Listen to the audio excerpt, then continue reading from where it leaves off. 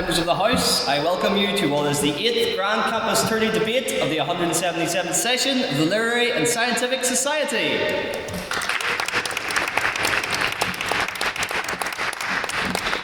And whilst our term card debates of the 177th session have concluded as of last week, we have been continuing to put on a range of different activities as a testament to how active we've been as a society this year. On Friday we had our karaoke night at the Botanic Inn, where we were able to raise £100 for our chosen charity, the St Martin's, so thank you to all of you who were involved in that. And we've also been investing into the future of the society going forward. We gave a schools workshop to Methody College on Friday, which was not in the Students' Union. However, what was in the Students' Union was our offer holder day, where we engaged with a range of different students who will be coming through the doors of Queen's and ideally the doors of the Literarific next year. Yesterday then we had our 8th Lit Talk of the session with current Speaker of the Northern Ireland Assembly, Mr Edmund Putz. And that brings me nicely along to tonight, where we are joined by 6 brilliant speakers in our collaboration with the English Society.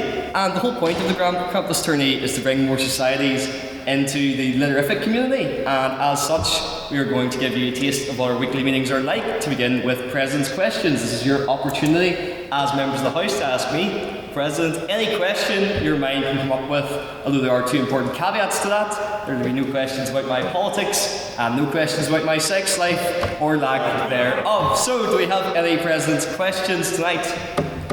Yes, you. What's your favourite book? My favourite book? My favourite book? I used to love the Where's Wally books growing up as a child, and in the spirit of Where's Wally, I hid around Belfast for one of our socials, so I'm going to say Where's Wally. Any other President's questions?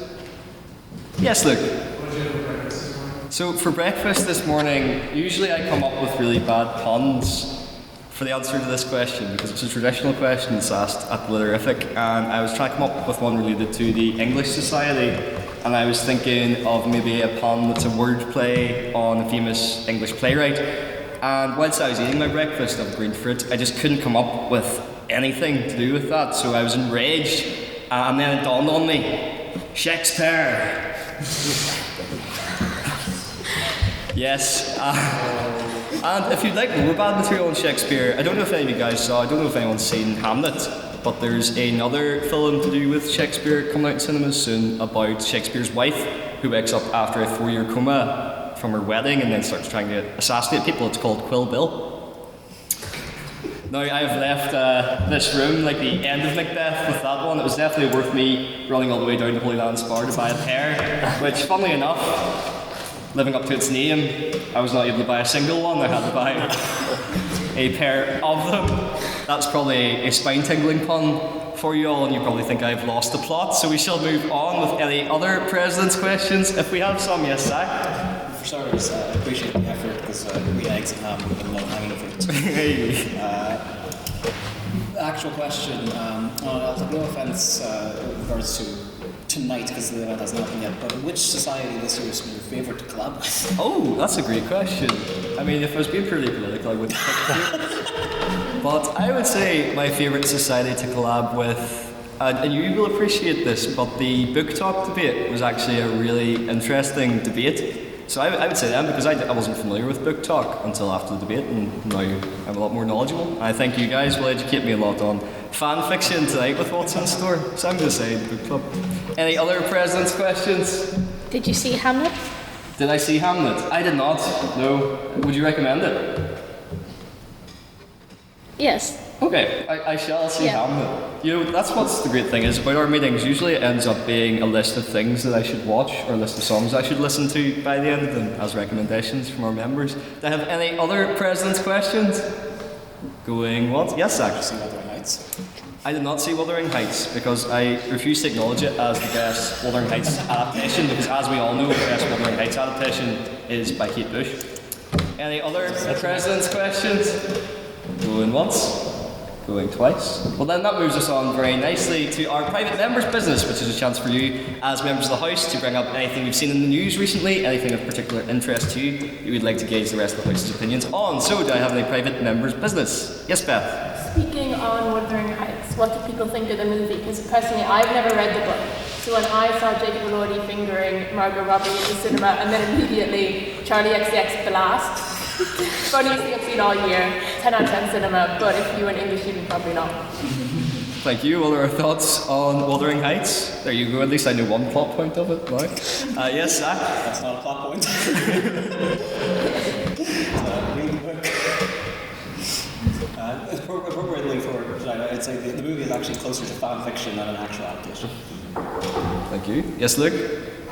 Well, to speak on Emma Fennell's, or Fennell, whatever her name is, I watched Silver and kind of gauge where Wuthering Heights was.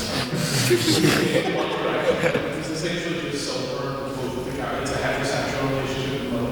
It's kind of the same to me. Like she has a lot of credit for her artistry in Silver, but like the way that she's kind of what she's done now is insane. I did not know where she was going. She did not know where I thought she was more stuff or she's kind of probably I can do this the very way. She got Thank you. Any other thoughts on Wuthering Heights? Yes, Jimmy? While I did not see the misery or the pleasure of seeing the new Wuthering Heights, I will say I actually did kind of like the Charlie XX album for it. I was surprised by how much I liked that. I think it kind of still hid the book better than the movie probably did. Any other points on that? Or Charlie XCX, now that the door's been opened? Yes? I thought it was okay. I liked it. Seen worse. Fair enough. Yeah. Your mate seems shocked by that. What were your thoughts on it? No, I am. I think it was a poor film and an even poorer adaptation of a brilliant novel. And I think Paul Bronte will be spinning in the grave, so I'll leave it at that. Thank you. Yes? To the guy who said he liked the film, you didn't read the book, did you? No, I did. You read the book and liked the film? Multiple times. I don't. I am thoroughly I confused. wouldn't call myself a fan of the film, but you know, it was an interesting text. It's good to take something that is quite old and try and do something new with it. Even if that isn't exactly everyone's tastes, it still has a place within, you know, the big bad word that is art. Fair enough. Thank you. Yes, Derry? I remember reading that, what's the family? Yeah, I remember reading it was kind of, the movie's in quotation marks, I can tell it's a movie because it's how she wished to put it on as she was a girl, so it's more literally it's like self-described fan fiction in that sense. So. Interesting, yeah. Perhaps that could be brought up in tonight's debate. Yes, Hugh? I just think that Seen Better should become a category in the Oscars. Oh, Seen Worse, sorry, that's what you said.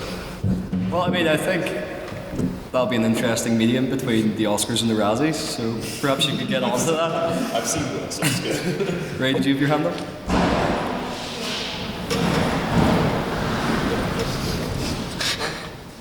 Someone's really enthusiastic. Yeah, there should just be like a scrapboard on in the corner or something. Yes, Luke? I think it's interesting.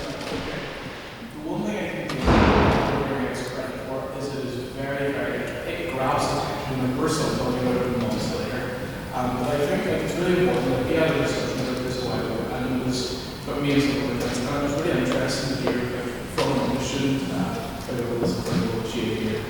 But it was really interesting to hear her interpretation of it. She said she put it because obviously he put it meant to represent not necessarily a sort of post-imperial British society, kind of British society in general during that time, kind of as an age, I suppose, bearing down if I'm taking her word on this. I find it interesting maybe that wasn't made so much of the movie, and it brings up a question to me of whether or not artistry is always where what it's like to emulate or what it interprets, because obviously that interests me about it. And yeah, it was I'd say it's pretty cool. Like, it's fun to watch Saltburn. I love to watch it too many times in relation to my friends out the grapefruits food. But you know, like it's all fun, but maybe it should retain the political message that it came with, or maybe even just the societal message that it came with. Yeah, thank you. I must say, in terms of films that it's awful to walk into your parents watching in the sitting room, Saltburn was definitely up there, especially the vampire scene. I'll say no more than that. Any other points? Yes, Ray? Yeah, I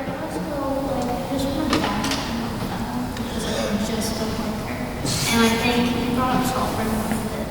I think it's a problem when someone who comes from an aristocratic background actually makes a film like that, where it portrays middle class people as killing in order to garner this wealth. And honestly, she just thinks her audience is fucking stupid.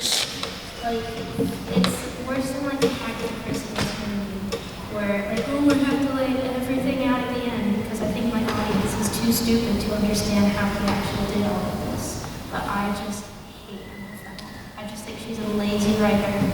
She only got where she is because her dad is a producer, and that's it. I remember vividly you having a rant about this outside of the Jeggy Nettle at about like 1 a.m.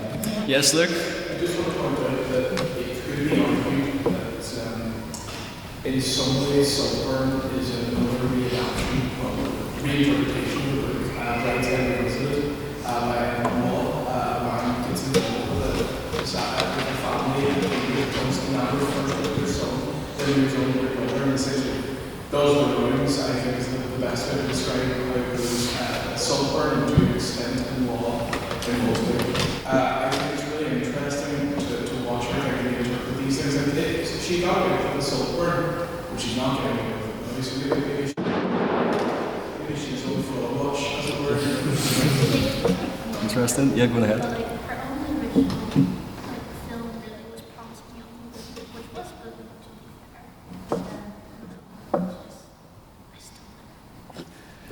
fair. I must say, my least favourite adaptation or unofficial adaptation of the film. So as a child, this is another book I used to love.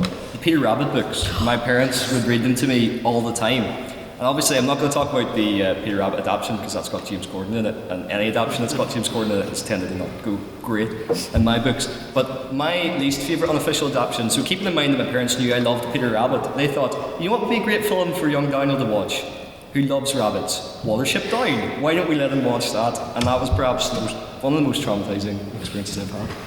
Any other points on adaptations or Wuthering Heights? Yes? I'd just like to point out Emerald Fennel is getting all its backlash for butchering Wuthering Heights, but Zack Snyder did not get any backlash whatsoever from what he did to all of these comic books, including Watchmen. Zack Snyder actually gets that backlash from me every time I'm talking. Yes, Beth? I want to say that as someone who was on the internet and a Marvel fan at the time, Zack Snyder got dragged through the mud at every single time. It's not. I don't work ever again after the Snyderverse, so he's nothing relevant. So. Thank you. We will Snyder cut across to Luke's point. Well, like, the only way that criticism of Zack Snyder's edition, you can't just fever dream through the Justice League. The only way to get sufficient criticism of that is if he's summarily executed by all of the members of the fucking cast. But like, at the end of the day, it's never going to be enough criticism. Like, that man, how do you watch Batman versus Superman? And why is that like the first reason? Like, it's Yes, Derry? I think the Justice League and Batman and Superman, it's a little more accepted because they have been around for so long and there's been so many more interpretations of them. So you can choose a different one.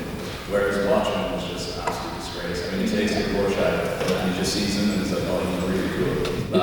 It's like the whole like comedy to him, he's not badass. You know what I mean? He just takes everything on face value and turns that out. It's quite ironic that he looked at Rorschach and saw something different to what the rest of us saw. Yes, Luke? I think there are good ways to stray away. We focus very much on the original sources there, but I think there are instances where it's been beneficial to stray away from the original source. Obviously, I think it's coming out from you. The Boys as a new season, I think there are very positive and popular kind of reinterpretation of their original source material. To an extent, Invincible, I do hope that they stray away from the ending where it becomes Lord Emperor Imperius, Lord Maniacs, but you know, so we can hope that I find it valuable that there's an ability to reinterpret, but I think sometimes maybe it goes too far. An example of Emerald Fennel is just a fever dream. Thank you. Do we have any other points on that? Yes? On adaptations in general, if a book series is being adapted and the movies are popular, don't stop at 2 out of 3. Yeah? The Divergent series was adapted into movies on Netflix. Two of the books were adapted into movies. The third has not yet been adapted. Books are still popular. A new book is coming out, and the third movie is never to be found. Yes, it's like Valve. Valve never made a third game as well. They're just teasing it. Yes, Luke. Well, I absolutely agree with that. There's something to be said about releasing something with the original material and even finish it. I think we all know pre-eminent example of that being Game of Thrones, and just how spectacular and terrible that was. It really should be. You can't find any history of actual author when it comes to the original material. You're going to interpret two of the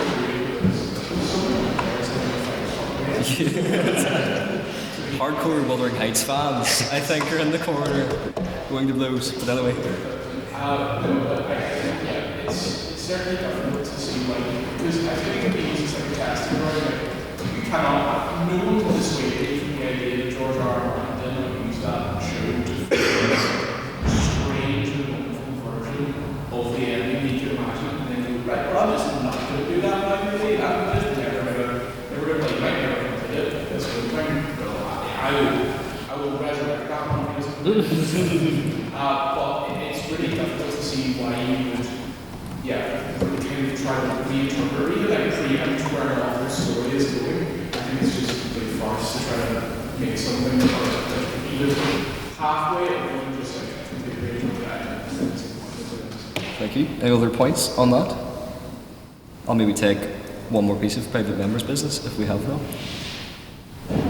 Well, in that case, that very nice little meander that took us from Wuthering Heights to DC Comics shall end, and thus comes to the main reason why we're all here, the spectacle of tonight, which is our debate. Just to remind you all of the motion, it is this House believes fan fiction is real literature. So before each of our debates, we carry out a vote on prior opinion, which is your thoughts coming into it on that. So can I have all those who agree that fan fiction is real literature? If you raise their hands now, please.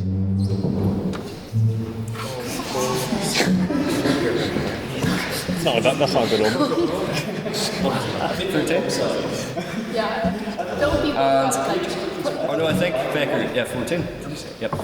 And can I have all those who disagree and do not think that fan fiction is real literature to raise their hands now, please? 1, 2, 3.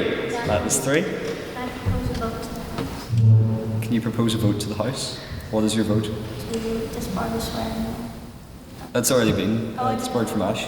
Yes. And then finally, can I have all those who wish to abstain on this motion to raise their hands now, please? Okay. Mr. Secretary, can I have the results from the vote on prior opinion, please? Yes, with 14 votes for the proposition, 3 votes to the opposition, and 0 abstentions, the proposition carries and the motion passes. And now, before we get started, just a quick run through of the rules for you all. So speakers will take it in turns, proposition and opposition, to come to the podium and deliver their 7-minute speeches. The first minute of their speech and the last minute of their speech is protected time, which means there's 5 minutes in between. They have unprotected time, as designated by our bell. Mr. Secretary? Thank you. For those 5 minutes in between, they're open to POIs, which are points of information which can be asked by their adversaries on the other side of the table, or the audience as your chance to challenge them in real time on their points during the speech. It's the speaker's discretion as to whether they take your POI or decline it. Please keep your POIs nice and short, a maximum of 15 seconds. And to offer a POI, simply raise your hand and shout on that point of information or POI. Please also keep in mind to leave 15 seconds in between a POI being offered to the speaker to allow them to get through their speech. Otherwise, that is barking. Don't worry, I have a gavel at the bottom there to keep you right. And with that, I would like to invite you to open the case for the proposition. Jamie, to the podium, please.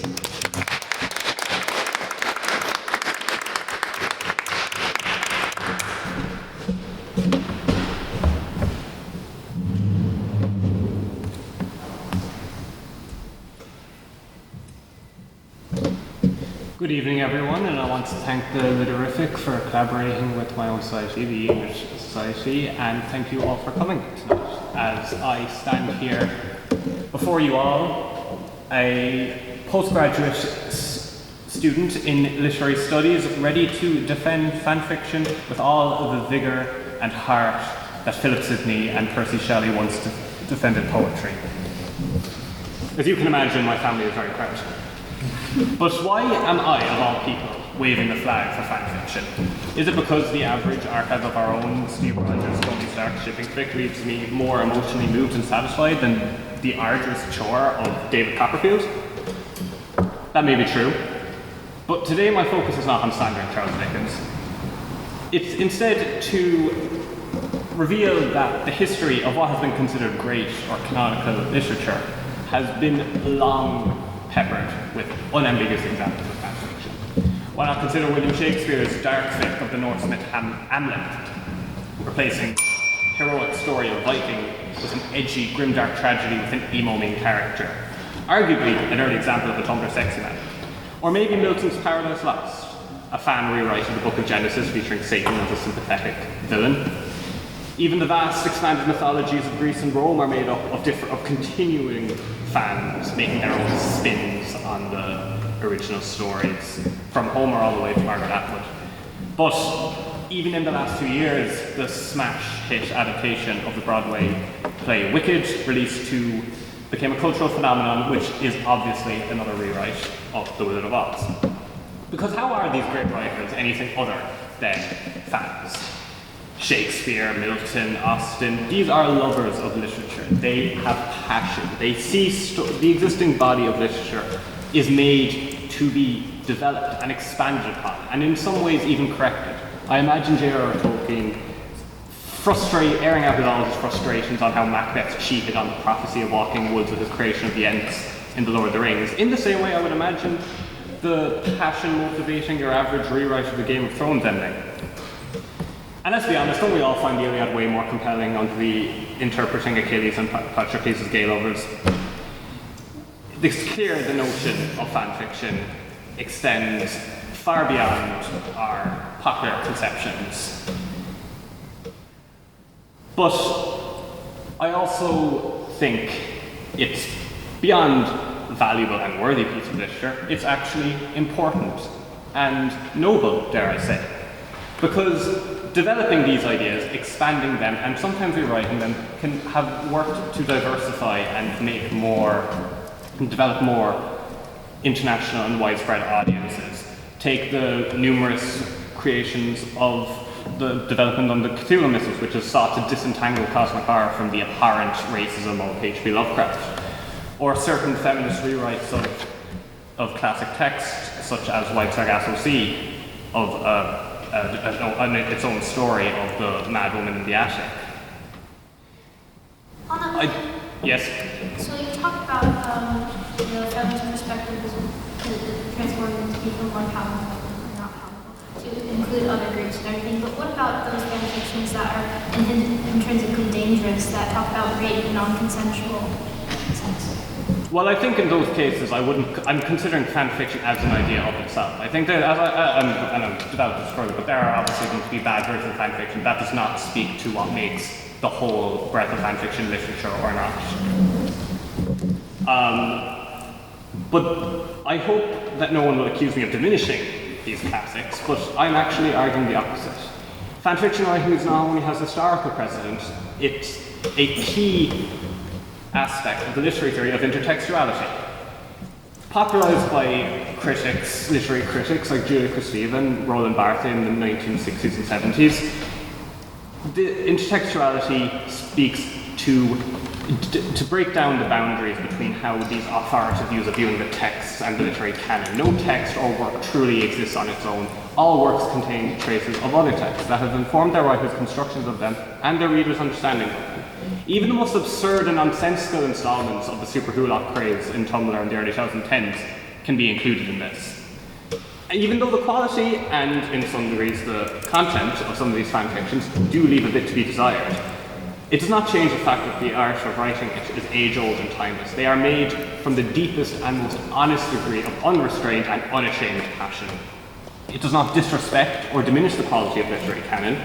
It enhances and invigorates it. It gives young, aspiring writers working through their creativity an avenue to hone their skills, someday to go on and make more origin stories of their own, or do their own vibrant retelling of classic stories. Though the opposition may try to deny it, it is clear that the vast and vibrant world of literature has much to owe to this deceptively modern invention of fan fiction. It's easy to cherry pick the worst and most amateurish to disregard the whole practice, but yes? The notion is this has fan fiction is real literature. You can't cherry pick which fan fiction you want to argue for. It's all fan fiction or no fan fiction. I'm arguing that fan fiction, I'm arguing that fan fiction is considered real literature. I'm arguing you can also say certain fan fiction is good or bad literature. I think that's perfectly fair. And may I remind you all, the established canon of literature has also crucial and trash as well. Again, see David Copperfield.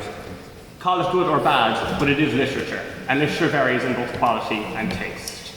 Thank you.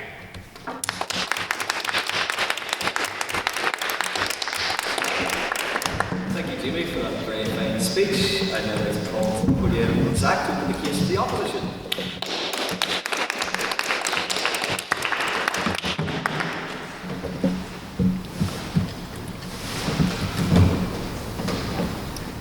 I will also thank the literate for having us here tonight, not to be outdone by Jimmy here, so don't let that factor your voting influence. We're both polite. It is the opposition's take here that there needs to be a distinction drawn between literature and real literature, much in the same way that we might draw lines between television and prestige television. There's no real contention that literature and real literature are similar in the sense that they're both words on some form of page, physical or increasingly digital. But that is not actually the line I think is right to take this angle at. Even published texts aren't necessarily real literature. It is more of an artistic out of a legal sort of term. Quality is subjective, but I don't believe patterns are. Where there's a trend of appreciation, we need to reward work that is of a high standard and recognise as such. Now, if I protect the time as close to being ended here, I will open the floor here for a very particular reason. Yeah, these guys know what I'm doing. I want to make a demonstration for the audience. Wonderful. I am going to recite an extract here of a particular text from a famous book, but we'll do it Mad Lib style. I will let the audience here impose their own will on the outcome of this story. I will call for certain types of words, and I would like people to fill in this text, and we shall see what the best and brightest minds of Literafic can come up with. And also our English Society fellows here as well. Can I have a name?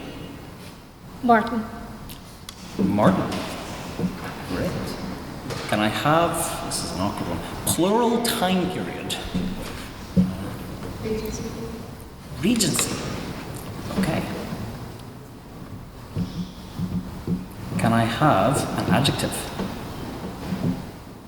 Flamboyant. Wonderful. Can I have a noun, please? Table. Okay. Can I have an article of clothing? A beret. Great, thank you for that.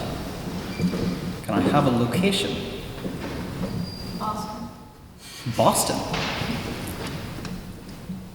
Well, that was Boston, right? Yeah. Great. Can I have a verb, please? Swimming. Swimming. Can I have an adjective, please?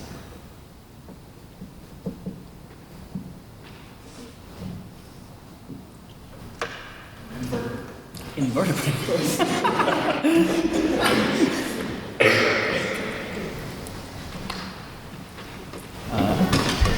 A body part here. Arm, great. I was hoping that would be PG. Another 9, please. An iPhone. Wonderful. Another, I need 3 adjectives here now, actually. So separate adjectives. I'll just start calling you. Funny. Perfect. Green. 3. Oh, green. Oh, green. And Number adjective. yes.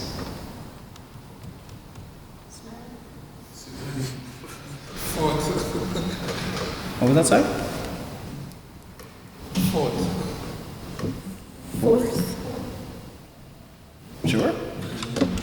And then from this side there, a month. August. August. December. Sorry, that was a 9, please. Now. Yes. Chair. Chair and another 9. Another now. Yes, please. Budapest. Budapest, sure. And then from the proposition here, kind of an event. Eurovision. European. That's wonderful. Thank you very much. From this side here, a plural 9. Jammies. Great. An adjective here.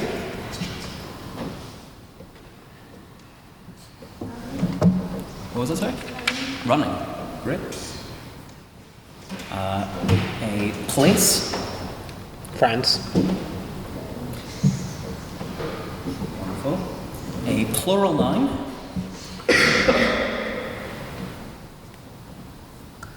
Utes. And for this last one, I will specifically ask from the president here to contribute a location. The Grey State Eurosport. What year for? The Grey State Eurosport. I'm just going to pick the Eurosport. Thank you very much for that. So, we're going to experience here a collaboratively written interpretation of a great literary text to see if our minds can, catapult this into high art. Call me Martin. Some regencies ago, never mind how flamboyant precisely, having little or no table in my beret, and nothing particular to interest me on Boston, I thought I would be swimming about a little and see the invertebrate part of the world. It is a way I have of driving off the arm and regulating the iPhone. Kind of works, actually. Whenever I find myself growing funny about the mouth, whenever it is a green 4th August in my chair, whenever I find myself involuntarily pausing before Budapest warehouses and bringing up the rear of every Eurovision I meet, and especially whenever my jellies get such an upper hand on me that it requires a strong running principle to prevent me from deliberately stepping into the France and methodically knocking people's newts off. Then I count it high time to get to the Eurospar as soon as I can. So that slightly frivolous exercise aside, the broad point here is, quote here from T.S. Eliot, immature poets imitate, mature poets steal. There is a tradition, historically in literature, of stealing. Most famous books, unless they're extremely old, are probably stolen off of some story or experience that the author has found. But the distinction here is not that we're drawing that stealing or theft in some sort of legal copyright sense diminishes from art or real art, but rather that we deserve to have labels to recognize whenever someone's artistic contribution is highly meritorious. And I think to such an extent that we can call something real art, that should have meaning. So thank you very much.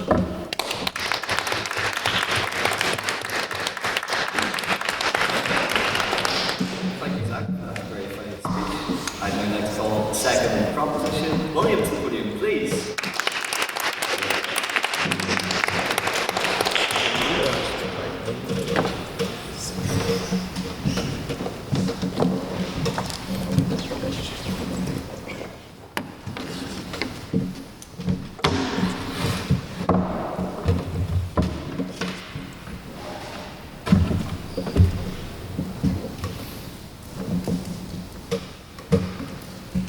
Ebony, Darkness, Dementia, Ravenway.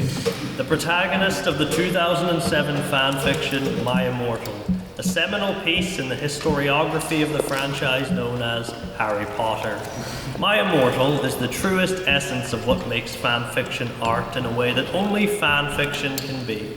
It is terrible. The prose is riddled with grammar and spelling errors, the story nonsensical and full of ass pulls from our Mary Sue main character, It's in Hogwarts, but she uses a gun for most of the story. There are 3 back-to-back-to-back My Chemical Romance concerts. Sexily is used as an adverb multiple times. It ends abruptly during the final confrontation with Voldemort. By all metrics, it should be terrible, and yet it's one of the greatest things I've ever read. In a way, The Room is incredible, or a more modern example, Ice Cube's War of the Worlds. There is nothing better to me than something that is terrible, but also incredibly sincere and played completely straight. Of course, the question still debated by scholars of today is My Immortal satire. Ultimately, both readings offer 2 equally intriguing interpretations. The Jane Doe author Tara Gillespie, nobody knows who that is, and it's either really good satire of both fan fiction and Harry Potter specifically, or it's the earnest ramblings of a preteen girl who has no idea about half the things she's talking about. The meta-narrative of the relationship between the author and her proofreader best friend and their falling out throughout the story, tidbits into the author's life, one could argue it began earnestly and became more satirical as it was mocked online. The important thing about My Immortal is that, unlike the work it's based on, it did not have the billion-headed army of advertisers and publishers. Its notoriety spread through genuine human connection, trickling down to today, where readings, fan arts, and references are still made. Annotated versions with footnotes explaining cultural contexts and references, because we are almost 20 years on from the original work, gives it that Shakespearean gravitas. My Name is Ebony Darkness Dementia Ravenway is to fan fiction what Call Me Ishmael is to classic literature. I never got into Harry Potter, never read the books, and I've only seen the first movie, so the story ends with the ginger kid dying to the chess pieces for me. My Immortal is the true Harry Potter film. Our hero is not some nepo baby dickhead, but a Mary Sue who is described as goth with 2 F's, despite all her fashion and interests being clearly emo. And who cares if the grammar and spelling is bad? Cormac McCarthy uses no punctuation outside of full stops, and he's seen as one of the greatest American authors. But maybe that's because such constraints are absent from the audiobook that people most likely listen to Blood Meridian on. Or worse, watch the 5-hour Wendigoon video on YouTube and LARP as the judge. And for prose, well, Finnegan's Wake is seen as an avant-garde experimental work worthy of merit. Why can't I jumped sexily in front of the bullet, or I tortured them, he said statistically, be as well. In the age of hustle culture, where any hobby or interest is immediately accosted on how it can be monetized, that anything that isn't progressing one's capital accumulation is a waste of time, fan fiction stands alone with doing it for the love of the game. Like Bart Kira, which is just the Akira manga with Simpsons characters redone in the style and collaborated on by around 500 different artists, because you obviously can't monetize it if you're using other people's characters. Or can you? Well, change the names and suddenly you've got a publishable piece. Ali Hazelwood's Love Hypothesis, originally a Raylo fanfic. City of Bones, the Mortal Instruments book by Cassandra Clare, originally Harry Potter fanfic, she's probably read by Immortal High Key. 50 Shades of Grey was Twilight fanfic. All these successful books, and in some cases successful movies. So if all that is different is the names of some characters, how can one argue that one is literature and the other is not? Yeah, go ahead. Okay, so you can say that those books were inspired by fan fiction, but at the end, through the vetting process and the editing process, it's not fan fiction anymore. It's just inspired by it. Okay, but if they were the exact same stories, but they were still Ray and Kylo instead of whoever the hell it is in Love Hypothesis, why does that make that not literature if all that's different is the names? Even if you think those books suck, I think saying they're not literature is ridiculous, so why not extend that to literature? Well, it's because people own characters now, so you're not allowed to use them, but think of all the works of the past that just plucked characters from things and became great works in their own right. The 500 Robin Hood adaptations that exist are fanfic. Aladdin is fanfic in Agrabah instead of the original China and the Arabian Nights. Wicked is fanfic of The Wizard of Oz. The Divine Comedy is Bible fanfic, where our self-insert protagonist meets a bunch of historical figures he likes and they glaze him, while all the people he hates suffer in hell. Is there a fundamental difference between that and Tara Gillespie's self-insert Frenching passively, however that's even possible, with Draco Malfoy in My Immortal? Just that the nebulous concept of ownership is absent. But IP law is only really a recent invention in 1710 in England. As a Chinese person, I believe it's my civic duty to ignore copyright in all circumstances. I will pirate all your works and you can't stop me. Remove that modern, arbitrarily illegal aspect and suddenly there is no difference between literature and fan fiction. Look at all the tie-in books to like Star Wars or Halo. The only thing separating them from fanfic is publishing rights, and that element has nothing to do with the text itself. There is a freedom to fan fiction. Since I mentioned Star Wars, George Lucas once said that he held great respect for filmmakers in the former Soviet Union because the primary goal of commercialization was absent. So outside of openly criticizing the government, you could do whatever. Film did not need to make $1 billion or sell thousands of Funko Pops. It was there for the human element, for the expression of one's soul. And that is absent in blockbusters of today, born from committees and market research. Endless Marvel sequels and reboots and remakes. Even Harry Potter, as I mentioned, is getting one. Outside that walled garden, fan fiction stands tall, a testament to the truest element of human artistic expression across time, putting characters from other things you like into one big thing and having them glaze your self-insert and probably have sex with them. I think that's beautiful. And if that ain't literature, what is?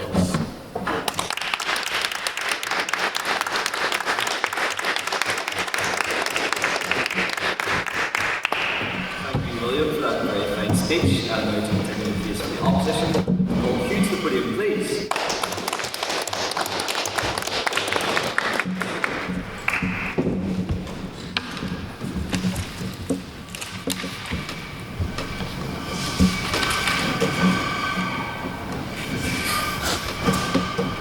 I think I started on the wrong side here, I'll be honest.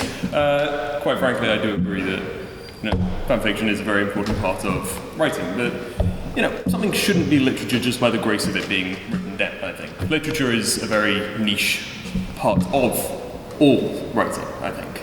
I mean, everything is inspired by something. Let's get that off the bat. I mean, Star Wars, as was mentioned, was inspired by Akira Kurosawa and his brilliant films. Game of Thrones was inspired by Lord of the Rings, and Dune was inspired by LSD and the Glorious Light of Islam. And fan fiction uses this inspiration to expand on some pre-existing literature, which I can actually respect as a thing. But literature has to start somewhere. We can't just say everything is literature, because at that point, nothing is. So, let's just start whittling down what is and isn't literature. For example, is advertising literature? Can we get someone to say, did somebody say just eat? Is that literature? Yeah. Yeah. Coca-Cola sharing a shelf with Dostoevsky since 2026, apparently.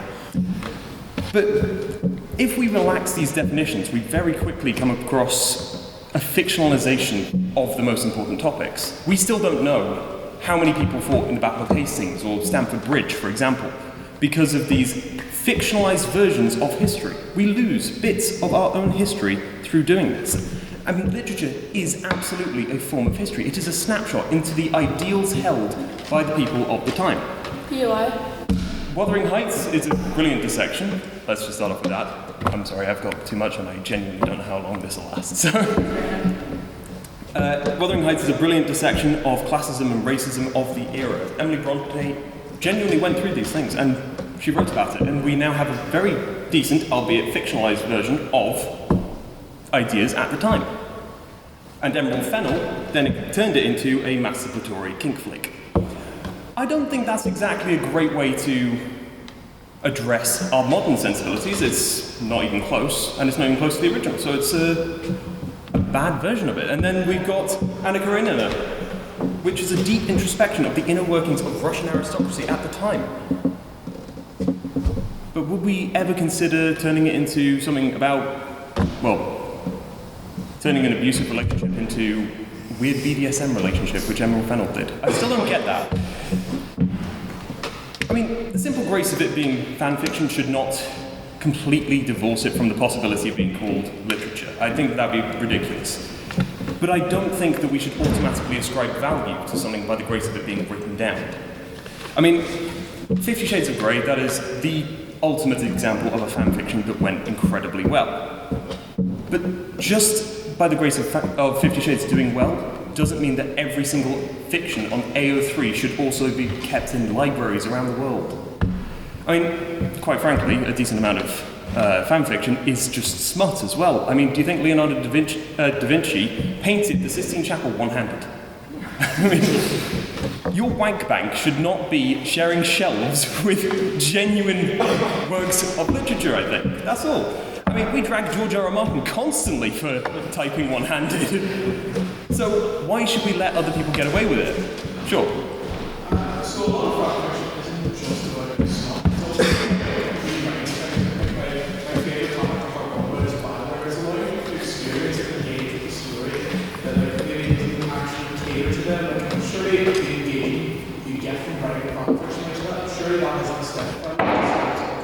No, that's absolutely a fantastic point, which is why I said, just by the grace of it being fan fiction should not disqualify it.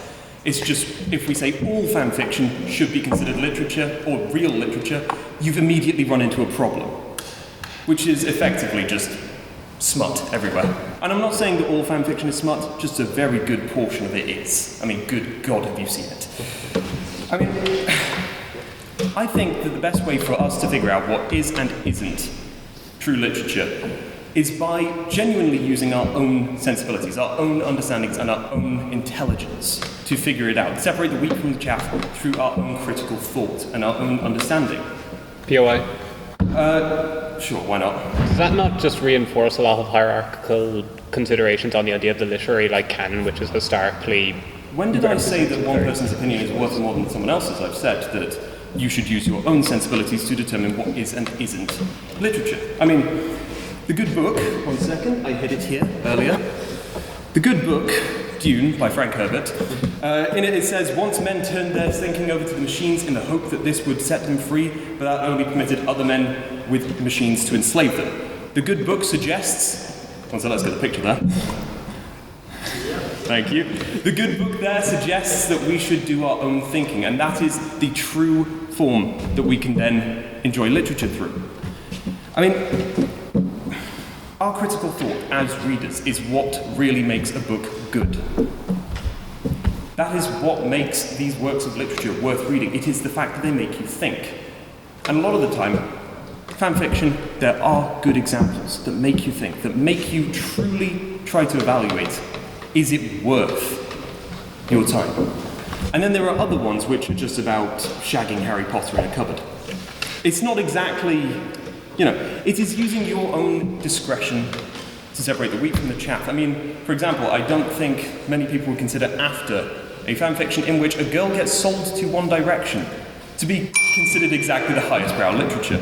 But, maybe you personally consider it. But at the end of the day, I think we have to do this, or else we are basically surrendering all of the great works of literature to basically be surrounded by mediocrity.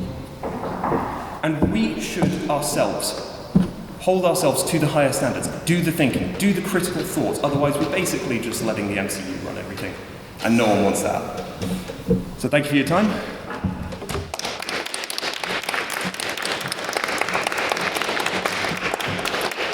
Thank you for that very fine speech. And now to host yes, to invite Beth, please.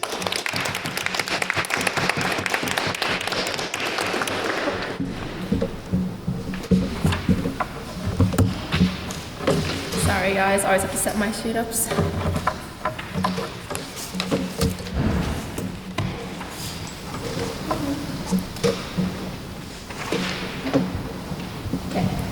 Unfortunately, I was not able to write my speech because as I was walking down today, putting my hair up in a messy bun, wearing my Galaxy leggings, my mum was at the door with five mysterious men, Zane hasn't left yet, and told me that she had sold me to One Direction to fund her drug habit. After I escaped that situation, I went to Maclay to write my speech. snagged myself a study room, very exciting. All of a sudden, the door burst down, and the Mafia CEO dragged me out by my hair and threw me out of McClay because YN wanted it. So, let's get into my speech, which will start somewhere. Okay, so we've heard a lot about fan fiction and its different forms and whether it's real art or whatnot. But I want to discuss fan fiction a little bit more as a concept. The way we know it today as fan-made media started in the 60s with Spock and Kirk fan fiction, written mostly by women, that developed into internet forums in the late 90s and early 2000s with Harry Potter and the X-Files. But most of this was hidden in the ether of the internet because authors and showrunners sued a lot about this kind of stuff. But then it exploded in the 2010s and 2020s. Fan fictions were getting published, turned into movies, and it's responsible for Nicholas Galatzin's entire career, so we can't be too angry about it. This suddenly became an epidemic of girls being sold, male pregnancy skyrocketed to levels yet unknown, and messy buns control the entire world. So popular now to the point that the New York Times released a fan fiction recommendation list. And unfortunately, my mum and I had a discussion about fan fiction as literature, and she was, at the start, like the opposition, because her first run-in with fan fiction was ski-jumping real-person fan fiction, which she described was mentally ill 14-year-olds with anorexia writing about real-life ski jumpers in the early 2000s internet forums. A real story, guys. I would not make this up. But then, in the 2010s, she watched a TV show and was like, this ending is shit, this is terrible. I want to see what actually should have happened. And then people would start writing fan fictions. She read that and she was like, this is actually kind of goated. I love this kind of genre. And this is the issue. So many people take fan fiction at its worst and never at its best. People mention all these stories of like After and whatnot, which is, yeah, terrible, but also like, let girls enjoy their media. But let's expand also on the motion. Fan fiction is not just, as we've known it in the from the late 60s on. Jamie, my favorite Beatle lookalike, has already talked about the classics that are actually fan fiction, and I want to expand on this into self-insert fan fiction. Now, it has already been brought up, and the Imagine YN is the cringiest form of it, where desperate girls imagine themselves with attractive men they can never dream of being with. But there was one fan fiction, self-insert fan fiction, that was so game-changing that it changed the entire canon of a religion and introduced concepts that we still accept today, I think. I don't know which are religion. And that is Dante's Inferno. Now, I struggle to see how the opposition will say this isn't real literature, but I also struggle how they will say it wasn't fan fiction, because bro literally just put himself with his favorite poet, went into hell, and described hell in a way that had never been seen before, and put all his ops in the worst places, and some gay people just because it was the 1400s. This was hating on the Pope and the Catholic Church, a concept about 200 years early of the Reformation, and it is still taught in classes and all that. And why is it fan fiction? I've really lost the plot here. It's because he made this all up in his head, but based on fan works, i.e. the Bible. He took all of that and was like, let me express myself creatively and talk about the issues that I'm facing in the world today. And this wasn't inherent creativity, because it was all based on the Bible. Now, real or not, we'll call it real Bethany Trust. It was still fan fiction. And I also think some rebuttal, like talking about what is literature. Now, I'm a STEM student, so I don't really care. But the work of high standard, like what does that mean? I hated the Android Stream of Electric Sheep, but that is a preeminent science fiction one. And when I read Avatar at 14, it was the best thing I've ever read. But no one would accuse Sarah J. Maas of being the peak of literature. So what do we truly mean? You can't just throw around the world's works of high standard without saying, like, mentioning T.S. Eliot, some random should, I don't know, is like immature versus mature poets. And we look at like quotes. Say, for example, we all love with our hearts, for that is all we are born with. Is that high literature? No, it's from a Naruto fan fiction during a sex scene, which Retta has so kindly told me about. When we look at real literature, Stephen King writing an orgy between children, is that real literature just because it's been published? Because out of his cocaine-filled brain, he wrote that without creativity. Is this what we would call high literature? I think not. When it comes to the publishing element, just because the books have been published doesn't mean they're still not fan fiction. Just because they Control-Alt-Deleted Harry Styles' name and put in whatever the After Sky name is, doesn't mean it's been changed enough. And so much of our media today is fan fiction, like heated rivalry and all this kind of stuff. We are looking at the concept mainly of the ship of Theseus. When does a fan fiction become an original work? And I think it doesn't really matter because it's still the ship of Theseus, I guess. I don't understand that concept too much. And then on to Hugh's history is written by the victors thing. History is written by the victors, so therefore most history is fan fiction. When you read Caesar's accounts of what he was up to in Gaul, you're looking at this and saying, this is pure bullshit. This man was writing fan fiction about his life. So, how can we preserve history by it just being all fan fiction? Therefore, it is the most valid form of fiction. But I also think at the end of the day, does it really matter? Does it really matter if literature, if it's considered literature or not? Because it's been so important. One, it's what we see time and time again, which is an art mostly done by women being devalued in terms of not being real literature. This is something that has allowed people all around the world to, one, improve their writing to get to a point where they're able to write more original works, find community online within writing about their interests and whatnot, and also, which hasn't been mentioned a lot, but I think is really essential to fan fiction as a whole, especially this recent one, which is giving representation where there's been very few. Huge amount of fan fiction is based on shipping gay ships that would never become canon in the world because of because of the homophobia that exists in the world, guys. We live in a society, and we have seen so many great works come out of it. Whether you like it or not is irrelevant. But I've read more great fan fiction than I've read more great published books, especially in this day and age. And this has given so many people representation, so many people the ability to talk about it. Like, you may laugh when an Omega gets pregnant in a fan fiction, they discuss abortion, but that's some 14-year-old child going through gender rights in a way that they can understand. And I thank you for listening, and I beg you to propose.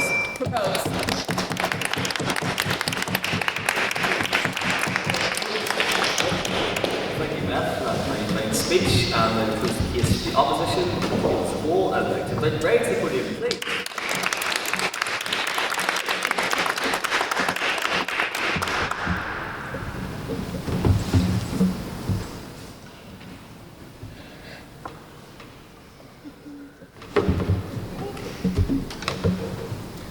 In what world can works from Dostoevsky, Chekhov, Hardy, and Bernie be comparable to Soy for Ramen, E.B. Mordecai, There Are No Usernames Left, and Apples Are Fucking Delicious? If that is the world that the proposition is arguing for, to put those titans of literature and even the lesser-known authors of the world, to put those who work so hard to get a literary agent, publishing deals, who went through the rigorous back-and-forth editing process, for the proposition to put those people on the same level as an anonymous someone behind a laptop who's way too invested in certain characters and who almost certainly has no social or sex life whatsoever, just a sad person writing in their dark hovel, that is a world I do not want to live in, one that I would actively rebel against. And one that I think most of the people who were here last year would also agree to rebel against when I tell you, if you support this motion, then you are calling last year's internal convener, who wrote Alpha Beta Star Trek fan fiction, which garnered over 10,000 hits on AO3, a writer of literature. Now personally, that's a title I would not like to confer onto this person, as they didn't earn the title they received last year in the first place. So let's not give them another undeserved title to add to their arsenal. Fanfiction is not real literature. There are certain aspects which make literature literature. More than mere words on a page or a screen, certain emotions have to be evoked. It must be timeless, everlasting, able to make a connection with readers throughout the world and throughout centuries. I'll quote a line. I can romp through Cupid's grove with great agility, but life is more than sexual combustibility. Yes, life is more than sexual combustibility.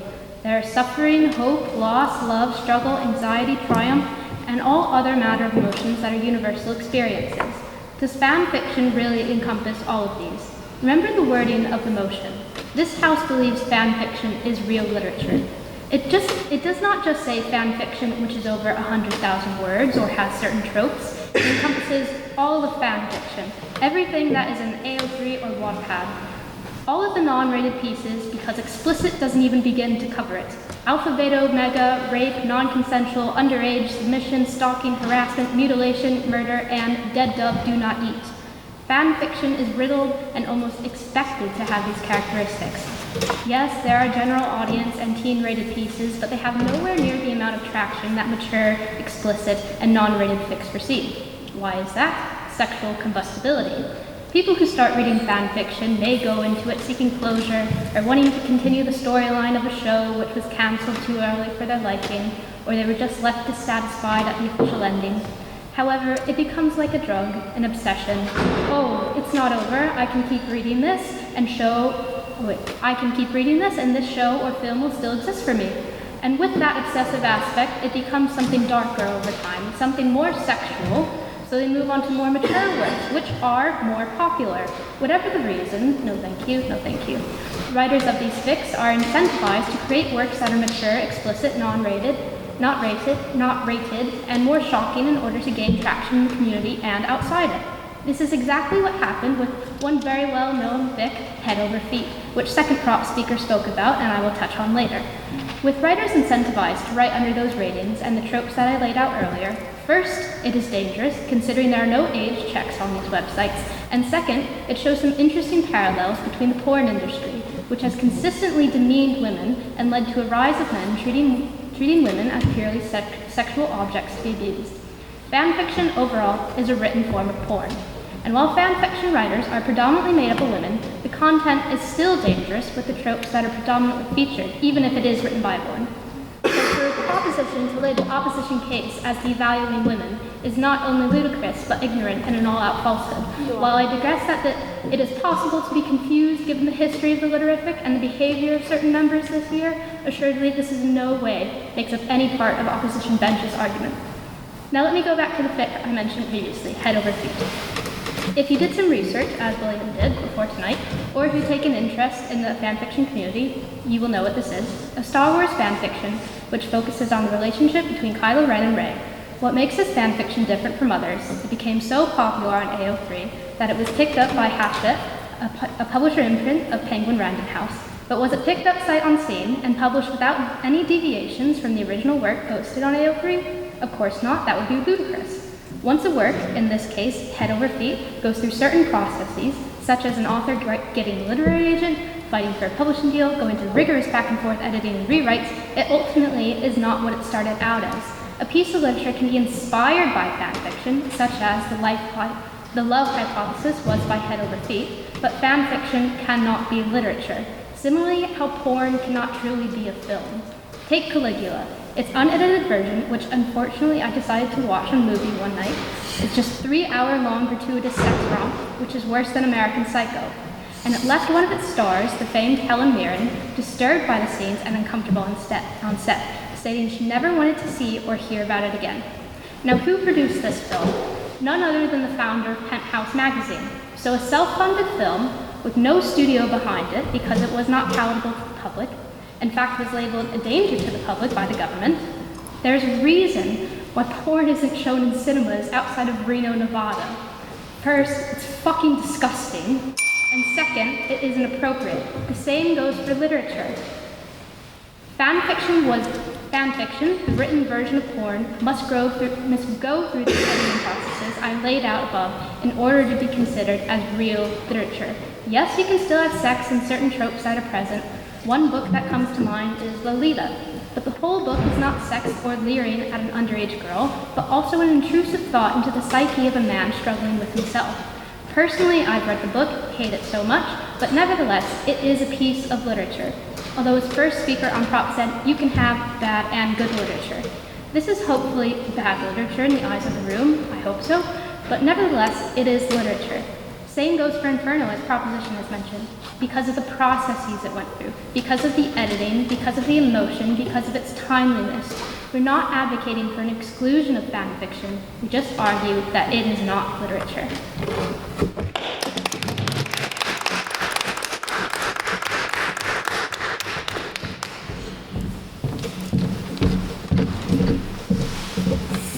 Thank you, Ray, for that very fine speech, and to all of our speakers for what's been a very exciting crossover debate, so well done to you all.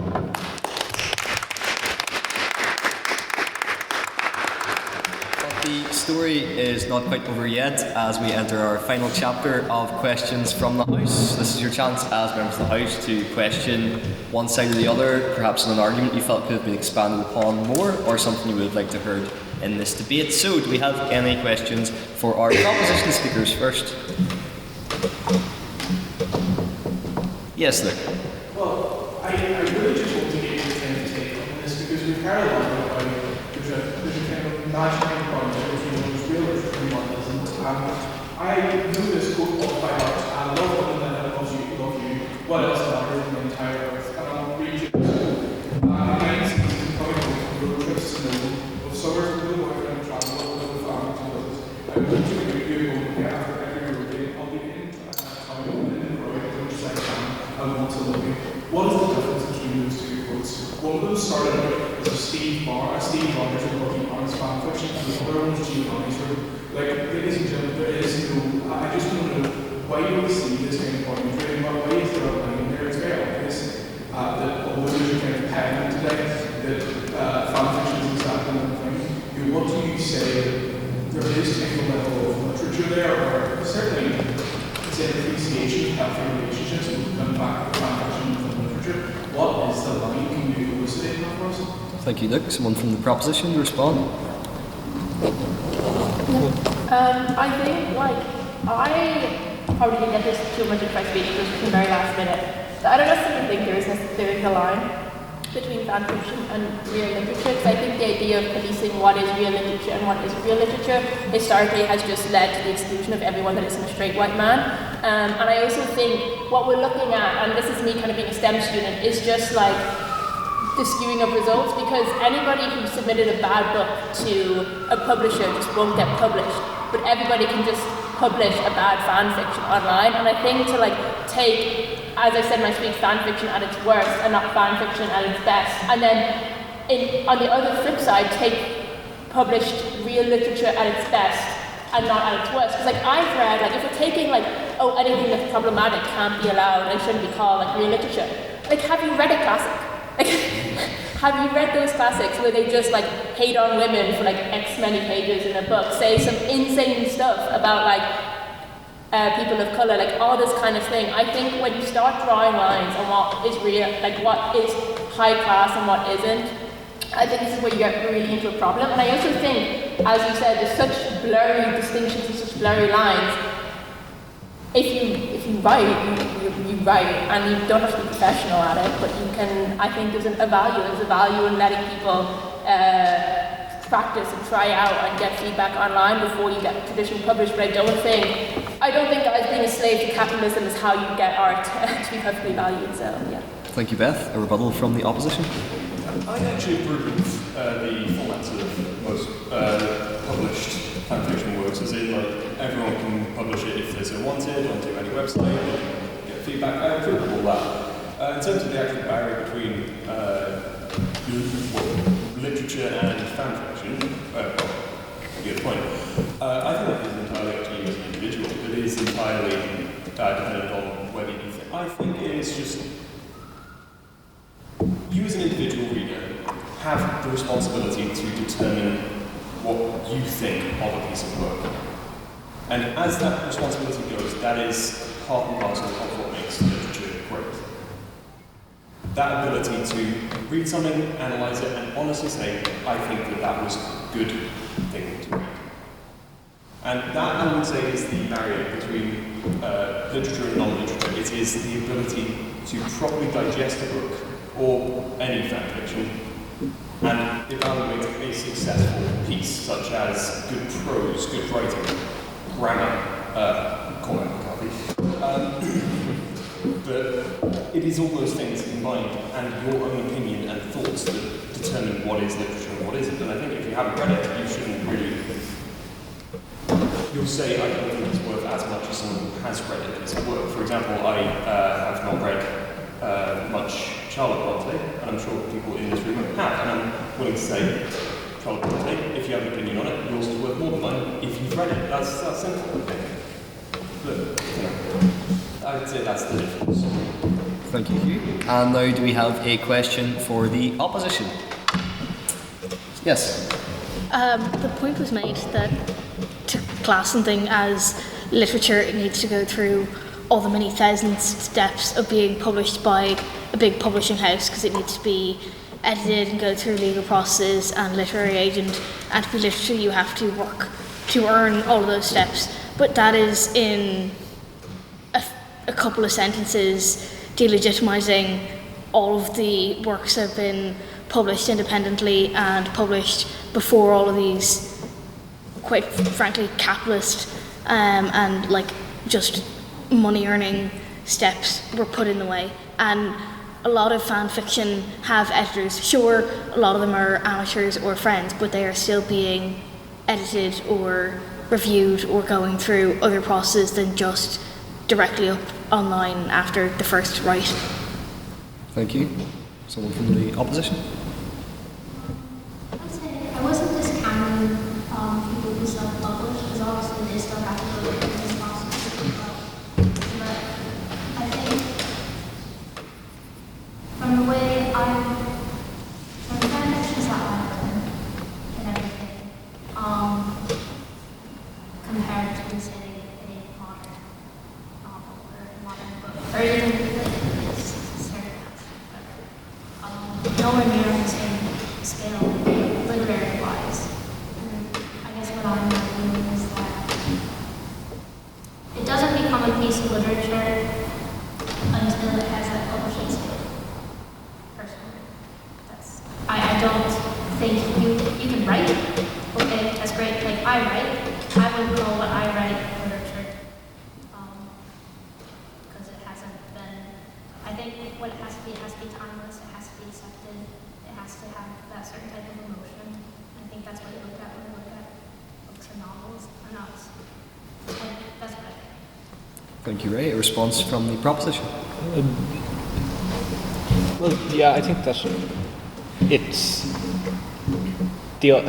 when you're arguing that on the topic of how it has to go through these like fields, it has to be edited to position this kind of capitalist like hierarchy or like boundary to it. I think it's hard to when you're saying that obviously you're going to be like developed by editors, professional people in the field, and it obviously would make sense, and it published work carries more weight. But the thing is that all that is all going to be again very arbitrarily and very dubiously defined, oftentimes by what certain publishers want and what they think is going to sell. And I think like that's an obvious, barrier and complication to like an honest kind of deep impassioned writing. So I think that I don't see why that makes it literature then.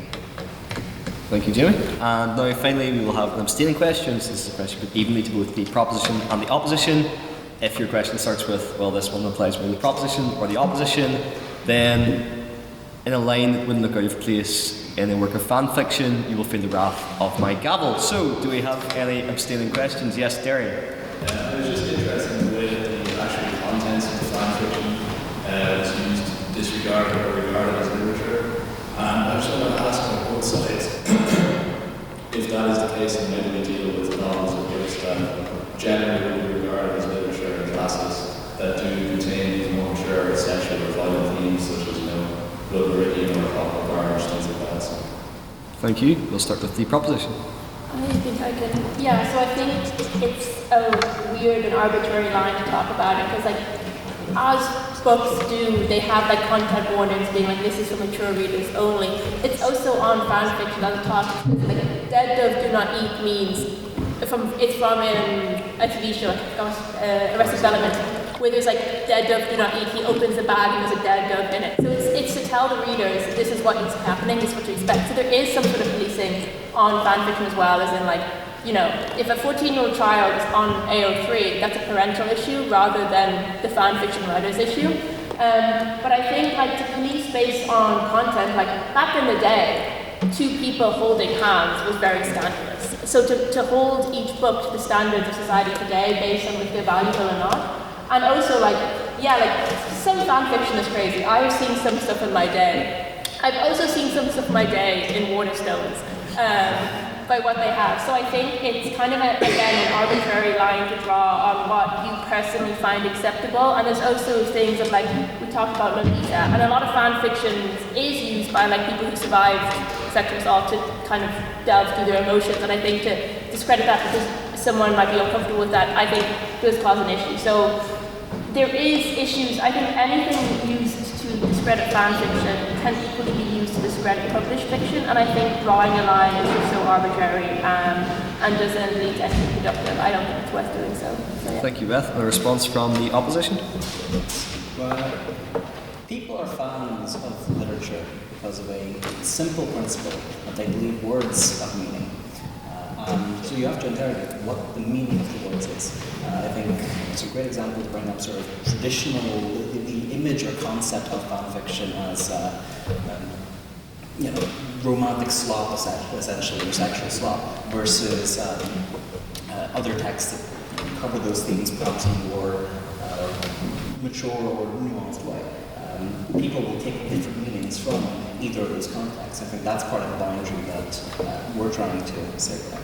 That it is worth highlighting. I think people are happy to find their pleasure and enjoyment in whichever form they wish to take from it, but there is a clear difference there in how those are approached. Exactly. And so concludes our questions section, and now it is time for the verdict, which side you thought spoke best for our vote on speaker ability.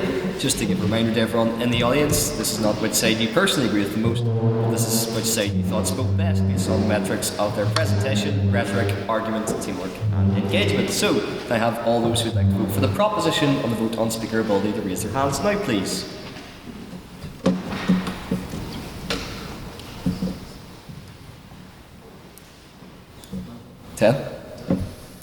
And can I have all those who wish to vote for the opposition to the vote on speaker ability to raise their hands now, please?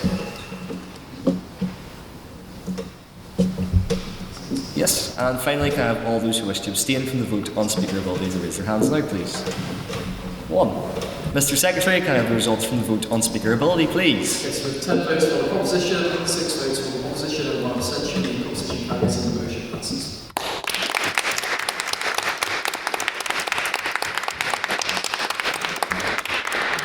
And of course, one of the main reasons for our Grand Campus Tourney is that we get involved in other societies, and it takes two to form such a collaboration. So now to give you an introspective on the English Society, or a blurb if you will, I would like to invite the President of the English Society, Zach, to the podium, please.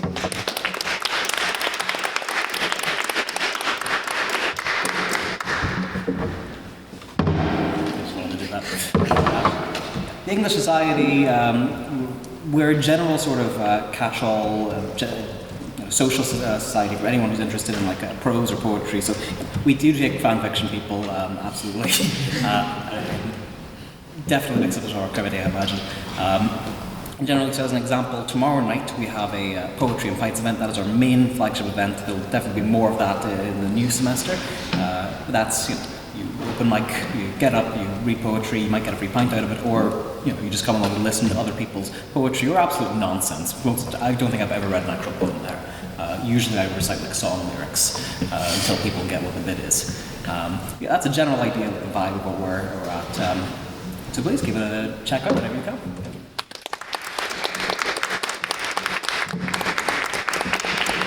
Thank you, Zach.